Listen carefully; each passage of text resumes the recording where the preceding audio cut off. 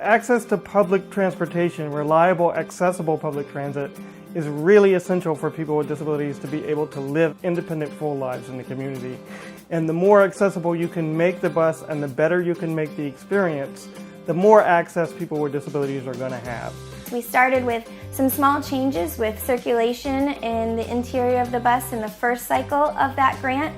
And in this cycle, the project has focused on wheeled mobility device securement and access into and out of the bus using the ramp. So when a person with a disability gets on the bus, if there's difficulty with securement, if it takes a lot of time, if it makes them the center of attention, all those experiences can make the experience of taking the bus more difficult and therefore make it less accessible. The NFTA has been really responsive, listening to some of the research findings for both securement and the ramp technology. There's just these subtle design changes that the Idea Center is very good at coming up with, and just to improve the overall experience. The kind of research that you're doing here at the center and the kind of investments that are being made in making securement and accessibility easier for people is so important, because the bottom line is it means better access to the community for people with disabilities.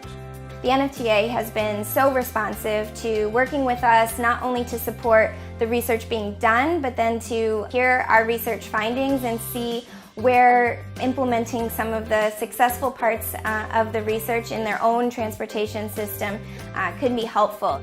Finding an industry partner and community partner can be difficult in research, and so it's really exciting that we have a responsive partner here in our community, willing and interested to look at some of these new technologies that can potentially change community mobility for our community.